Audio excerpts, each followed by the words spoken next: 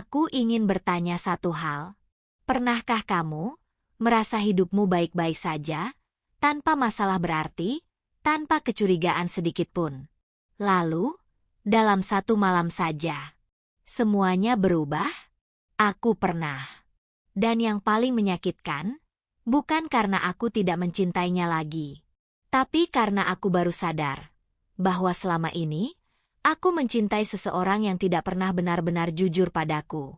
Semua bermula dari sebuah ajakan sederhana.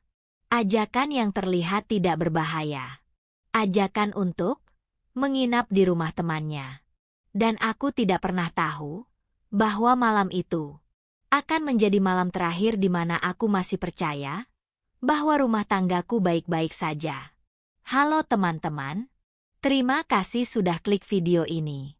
Kalau kamu sedang menonton ini, aku cuma ingin bilang, mungkin cerita ini akan terasa dekat. Mungkin kamu pernah merasakan hal yang sama. Atau mungkin kamu sedang mengalaminya sekarang. Dan sebelum kita mulai, aku ingin kamu jawab dalam hati. Kalau kamu tahu pasanganmu menyimpan rahasia besar, apa kamu akan tetap bertahan atau memilih pergi? Tulis di komentar ya. Dan jangan lupa like, comment, dan subscribe karena di channel ini, kita akan membahas kisah nyata yang mungkin tidak berani orang lain ceritakan. Sekarang, aku akan mulai ceritanya. Dan percayalah, cerita ini tidak akan mudah untuk kamu lupakan. Namaku Rina. Usiaku 29 tahun. Aku adalah seorang istri, dan mungkin, seperti banyak perempuan lainnya, aku pernah percaya bahwa cinta cukup untuk menjaga semuanya tetap utuh. Aku menikah dengan Ardi 5 tahun yang lalu. Aku masih ingat hari itu. Langit cerah, angin pelan, dan senyum Ardi yang waktu itu terasa begitu tulus. Aku janji akan jaga kamu, katanya sambil menggenggam tanganku erat. Dan aku percaya, tanpa ragu. Di tahun pertama pernikahan, semuanya terasa indah. Kami tinggal di rumah kecil, tidak besar, tapi cukup. Dapur sederhana, ruang tamu kecil, dan kamar yang selalu terasa hangat. Aku sering bangun pagi, memasak untuk Ardi. Kadang hanya telur dan nasi, kadang mie instan. Tapi setiap kali aku menyajikannya, Ardi selalu tersenyum. Masakan kamu nggak pernah gagal. Padahal aku tahu, itu tidak selalu benar. Tapi kata-kata itu membuatku merasa cukup. Setiap pagi, aku bangun lebih dulu, menyapu rumah, menyiapkan sarapan, menyetrika baju Ardi. Dan saat Ardi keluar kamar, aku selalu menyambutnya dengan senyum. Udah siap? Dia mengangguk. Kadang dia mencium keningku. Kadang hanya tersenyum. Hal kecil yang waktu itu terasa sangat berarti. Kami bukan pasangan yang sering pergi ke tempat mewah. Tidak ada liburan mahal. Tidak ada hadiah besar. Tapi kami punya sesuatu yang aku kira lebih penting. Kebersamaan. Kami sering duduk di ruang tamu, menonton TV sambil ngobrol. Kadang tertawa, kadang hanya diam, tapi nyaman. Dan aku selalu berpikir, ini cukup. Tapi sekarang, kalau aku mengingat kembali, ada hal-hal kecil yang dulu aku abaikan. Hal-hal yang sebenarnya sudah memberi tanda. Seperti Ardi yang mulai sering melamun. Dia duduk di sofa, menatap kosong. Ada apa? Tanyaku. Nggak apa-apa, jawabnya cepat. Aku tidak memaksa. Aku pikir, dia hanya lelah. Beberapa bulan kemudian, aku mulai merasakan perubahan kecil. Ardi lebih sering main HP. Lebih sering tersenyum sendiri. Dan kadang, dia terlihat seperti berada di dunia lain. Lagi chat siapa? Tanyaku santai. Teman, jawabnya singkat. Aku tidak curiga. Kenapa harus curiga? Dia suamiku. Sampai satu nama, mulai sering aku dengar. Bima. Gue ketemu Bima tadi. Bima ngajak nongkrong. Bima lagi ada masalah. Awalnya biasa saja. Tapi lama-lama, aku mulai merasa nama itu terlalu sering muncul. Aku pertama kali bertemu Bima di sebuah acara kecil. Dia datang dengan santai. Kemeja hitam. Celana jeans. Senyum yang sulit dijelaskan. Ini Rina, istri gue, kata Ardi. Bima menatapku. Lebih lama dari yang seharusnya. Oh, akhirnya ketemu juga. Nada suaranya tidak aneh, tapi juga tidak sepenuhnya biasa. Aku hanya tersenyum. Sepanjang malam itu, aku memperhatikan mereka. Cara mereka bicara. Cara mereka saling melihat. Dan entah kenapa, aku merasa seperti ada sesuatu yang tidak aku pahami. Tapi aku mengabaikannya. Karena aku percaya, aku hanya terlalu sensitif. Hari-hari berikutnya, Ardi semakin sering bertemu Bima. Kadang pulang malam. Kadang terlihat sangat bahagia setelah bertemu dia. Kadang, justru terlihat murung. Aku bingung, tapi tetap diam.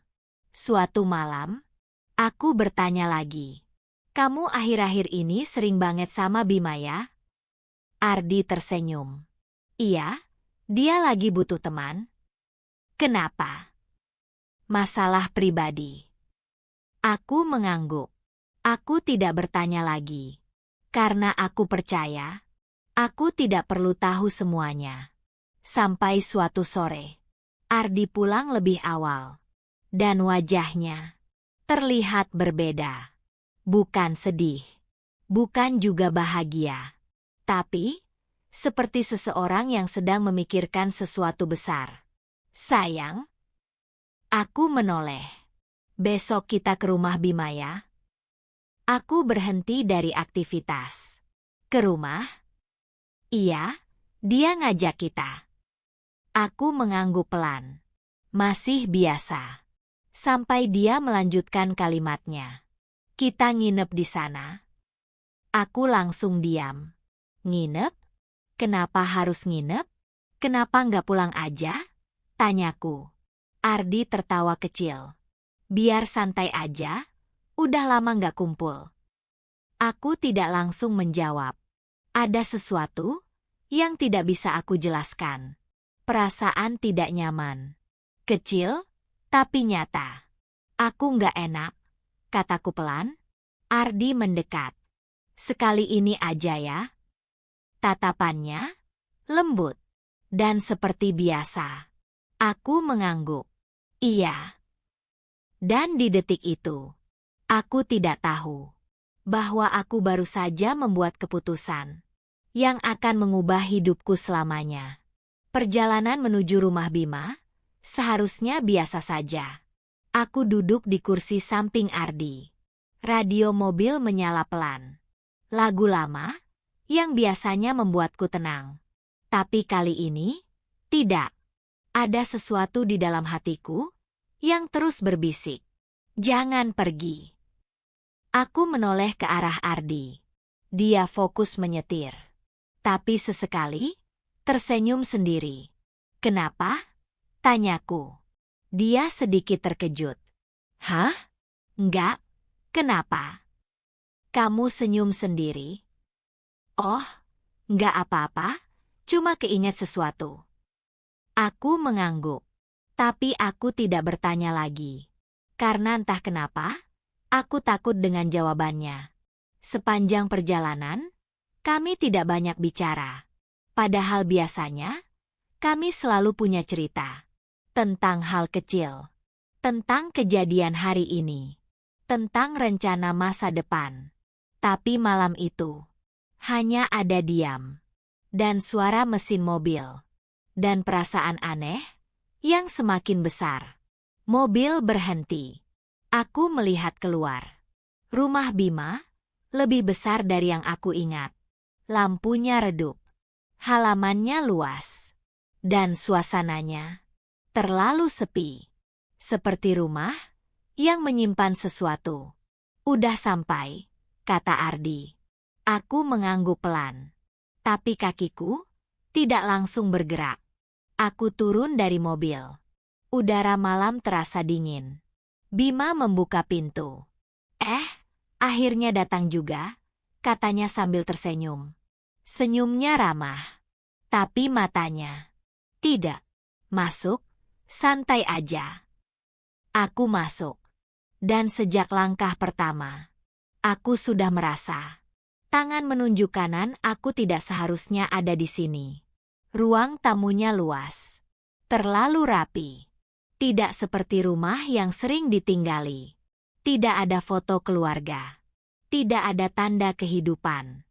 Hanya bersih. Sunyi. Dingin. Duduk aja, kata Bima. Aku duduk di sofa. Ardi langsung terlihat nyaman. Seperti dia sudah sering ke sini. Dan itu membuatku semakin tidak nyaman. Bima sudah menyiapkan makanan. Sederhana, tapi cukup banyak. Kalian pasti lapar, katanya. Kami makan bersama. Awalnya biasa. Obrolan ringan. Tentang kerjaan. Tentang masa lalu. Tentang hal-hal kecil. Tapi pelan-pelan, aku mulai menyadari sesuatu. Ardi dan Bima tidak seperti teman biasa. Mereka saling memahami tanpa banyak kata. Kadang hanya saling melihat dan langsung mengerti. Kadang tertawa, padahal aku tidak tahu apa yang lucu. Dan di situ, aku mulai merasa asing.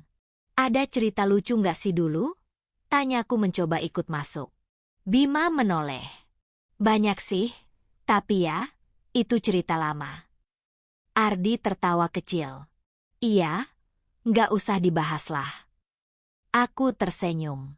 Tapi di dalam hati, aku merasa seperti orang luar. Ada satu momen yang sampai sekarang tidak bisa aku lupakan. Aku berdiri. Bentar ya, aku ke dapur. Aku hanya ingin mengambil minum. Tapi saat aku kembali, aku melihat mereka. Duduk berhadapan. Diam. Tidak bicara. Tapi saling menatap. Tatapan yang tidak biasa. Aku berhenti sejenak. Mereka belum sadar aku kembali. Dan dalam detik itu, aku merasakan sesuatu.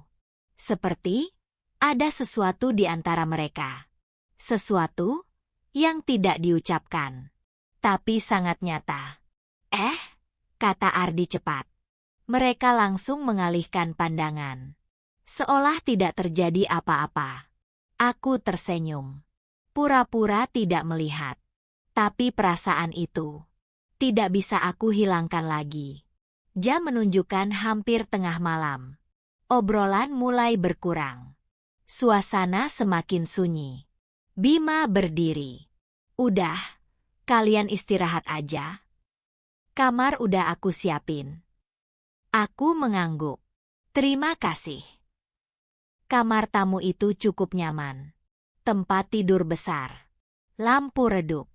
Dan suasana yang tenang. Tapi, hatiku tidak tenang. Aku duduk di pinggir tempat tidur. Ardi berdiri di dekat jendela. Diam. Kamu kenapa? Tanyaku pelan. Dia tidak langsung menjawab. Capek. Jawaban yang sama. Jawaban yang tidak menjawab apa-apa. Lampu dimatikan. Kami berbaring. Tapi tidak ada yang tidur. Aku bisa merasakannya. Ardi tidak benar-benar tidur. Dan aku tidak bisa memejamkan mata. Dalam gelap, aku menatap langit-langit. Dan untuk pertama kalinya, aku merasa takut. Bukan takut karena tempatnya, tapi karena sesuatu akan terjadi. Waktu berjalan pelan. Sangat pelan. Setiap detik terasa panjang.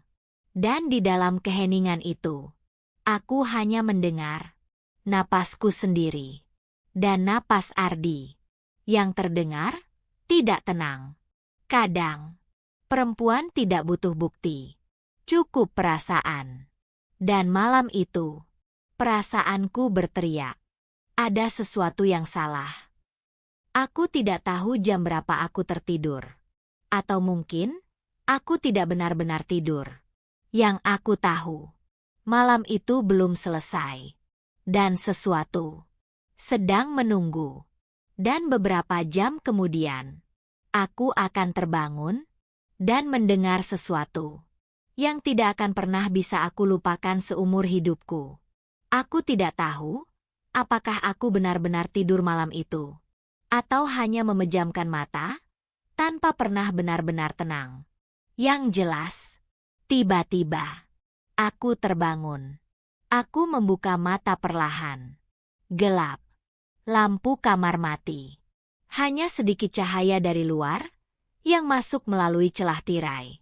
Aku menoleh ke samping. Ardi? Tidak ada. Aku duduk perlahan.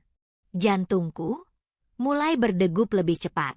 Apa dia ke kamar mandi? Pikirku. Aku menunggu. Beberapa detik. Tidak ada suara. Tidak ada langkah. Tidak ada apa-apa. Dan tiba-tiba, perasaan yang dari tadi aku tekan, kembali.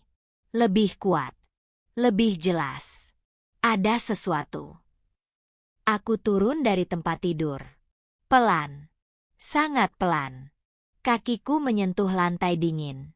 Aku membuka pintu kamar, sedikit saja. Tidak sampai berbunyi. Lorong rumah itu gelap. Sunyi. Tidak ada suara TV. Tidak ada suara angin. Tidak ada apa-apa. Tapi, aku mendengar sesuatu. Pelan, hampir seperti bisikan. Dari ruang tengah, aku diam. Menahan napas. Dan aku fokus.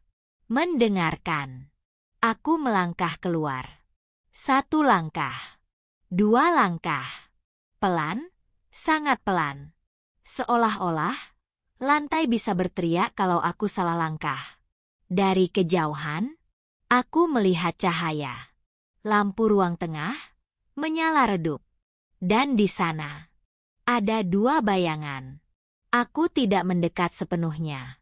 Aku hanya berdiri di balik dinding. Dan aku mendengar suara itu. Itu nggak bisa terus kayak gini. Suara Ardi. Pelan. Berat. Seperti seseorang yang sedang menahan sesuatu. Terus mau sampai kapan? Suara Bima. Lebih tegas. Lebih menekan. Dek. Aku langsung menahan napas. Tanganku mulai dingin. Aku tidak tahu kenapa aku harus takut. Tapi tubuhku sudah bereaksi duluan. Aku capek, kata Ardi. Capek bohong terus.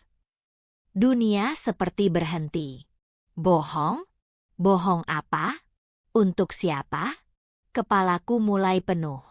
Tapi kakiku tidak bisa bergerak. Lo pikir ini adil? Kata Bima. Ke dia atau ke gue? Sunyi. Beberapa detik. Yang terasa seperti sangat lama. Aku nggak bisa milih. Suara itu lemah, tapi jelas. Aku sayang sama dia. Aku menutup mulutku. Air mata langsung jatuh. Aku hampir percaya bahwa semua ini salah paham. Sampai dia melanjutkan. Tapi aku juga nggak bisa ninggalin lo. Sunyi. Tidak ada suara. Tidak ada dunia. Tidak ada apa-apa. Aku berdiri di sana, tanpa bergerak, tanpa suara. Air mataku jatuh. Tapi aku tidak berani menangis. Karena kalau aku bersuara, semuanya akan nyata. Selama ini, aku berpikir, pengkhianatan itu hanya satu bentuk. Wanita lain. Orang ketiga. perselingkuhan biasa. Tapi malam itu, aku belajar sesuatu. Pengkhianatan tidak selalu seperti yang kita bayangkan. Aku ingin keluar. Aku ingin berteriak. Aku ingin bertanya. Selama ini aku apa? Tapi aku tidak bisa. Kakiku kaku. Tanganku gemetar. Dan yang paling menyakitkan, hatiku tidak siap. Gue nggak minta lo ninggalin dia sekarang, kata Bima. Tapi lo juga nggak bisa pura-pura terus. Ardi tidak menjawab. Dan diamnya lebih keras dari kata-kata apapun. Pelan, aku mundur. 1 langkah, 2 langkah. Tanpa suara, tanpa napas. Aku masuk kamar, menutup pintu perlahan. Dan disitulah, aku akhirnya jatuh. Aku duduk di lantai. Tanganku menutup mulut. Air mata mengalir. Tanpa suara. Aku tidak berani menangis keras. Karena aku takut. Kalau ini nyata. Aku duduk di sana. Entah berapa lama. Menunggu. Berharap. Ini hanya mimpi. Tapi aku tahu. Ini bukan mimpi. Pintu kamar terbuka pelan. Ardi masuk. Dia pikir aku tidur. Dia berbaring. Diam. Aku pura-pura tidur. Padahal, aku hancur. Di sampingku, ada seseorang yang aku cintai. Tapi malam itu, aku tidak lagi mengenalnya. Dan di dalam gelap itu, aku menyadari satu hal. Hidupku tidak akan pernah sama lagi. Pagi itu, tidak ada yang terlihat berbeda. Matahari tetap terbit. Udara tetap terasa dingin. Dan rumah itu tetap sunyi. Tapi aku sudah tidak sama lagi. Aku bangun lebih dulu. Padahal aku tidak benar-benar tidur. Aku berdiri di depan cermin. Mataku bengkak. Tapi aku tetap tersenyum. Senyum yang dipaksakan. Aku keluar kamar. Bima sudah di ruang tengah. Pagi, katanya santai. Pagi, jawabku. Aku bahkan masih bisa tersenyum. Dan itu hal paling menyakitkan yang pernah aku lakukan. Aku masuk ke dapur. Membuat kopi. Tangan ini gemetar. Air hampir tumpah. Tapi aku tetap melanjutkan. Seolah-olah aku masih istri yang sama seperti kemarin. Ardi keluar dari kamar. Rambutnya masih sedikit berantakan. Pagi. Dia menatapku. Dan di detik itu, aku tahu. Dia tidak tahu bahwa aku sudah tahu. Aku menatapnya. Lebih lama dari biasanya. Dan untuk pertama kalinya, aku tidak melihat suamiku. Aku melihat orang asing. Kami duduk bertiga. Makan bersama. Seperti semalam. Tapi kali ini, tidak ada rasa. Tidak ada tawa. Tidak ada arti. Aku menjawab pertanyaan. Aku ikut tertawa kecil. Aku bahkan bertanya balik. Padahal di dalam, aku sedang runtuh. Kami pamit. Masuk ke mobil. Dan sejak pintu tertutup, dunia terasa berubah. Sunyi. Berat. Mencekik. Ardi menyetir. Aku menatap keluar jendela. Tidak ada yang bicara. Sampai akhirnya, aku tidak tahan lagi.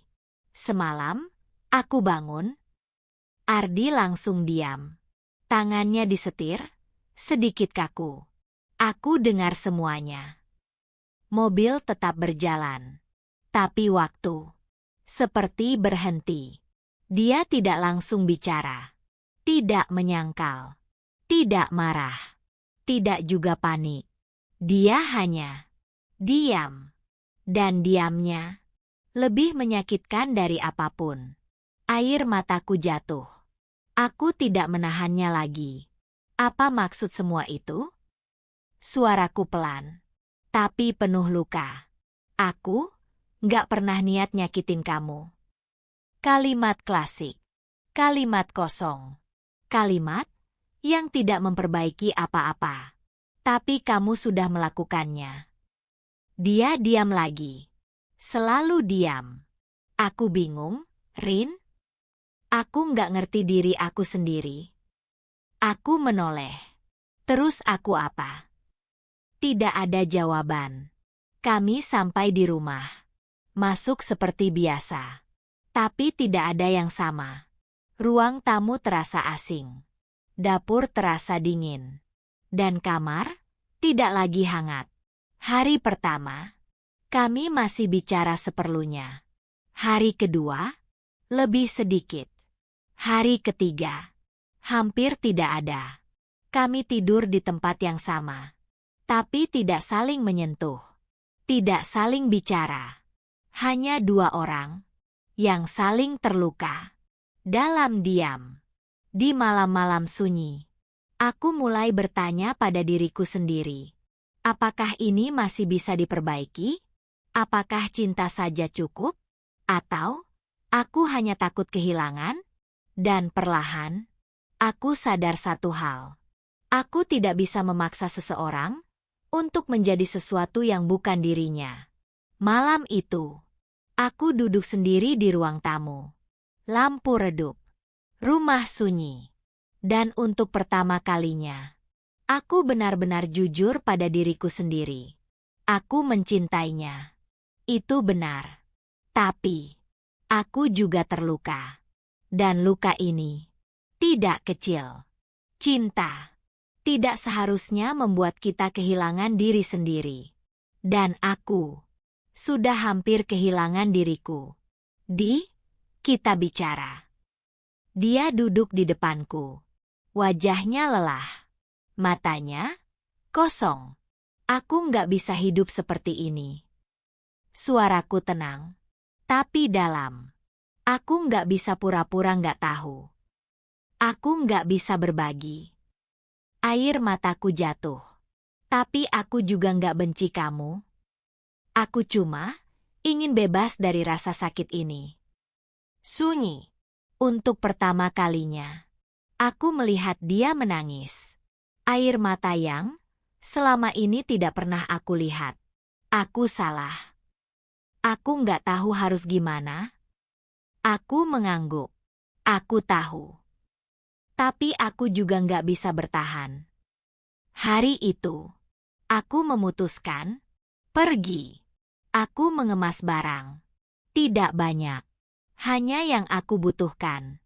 Setiap benda mengingatkan kenangan. Dan setiap kenangan menusuk. Aku berdiri di depan pintu. Menoleh sekali lagi. Rumah itu, yang dulu penuh cinta, sekarang hanya kenangan. Tanpa teriak. Tanpa drama. Tanpa membenci. Aku pergi. Dengan hati yang hancur. Tapi juga lebih kuat. Hari-hari setelah itu tidak mudah. Tapi perlahan, aku belajar. Kadang, kita harus kehilangan sesuatu untuk menemukan diri kita kembali. Dan kadang, melepaskan adalah bentuk cinta yang paling tulus. Kadang, cinta tidak cukup untuk membuat seseorang bertahan. Dan kadang, melepaskan adalah bentuk cinta terbesar.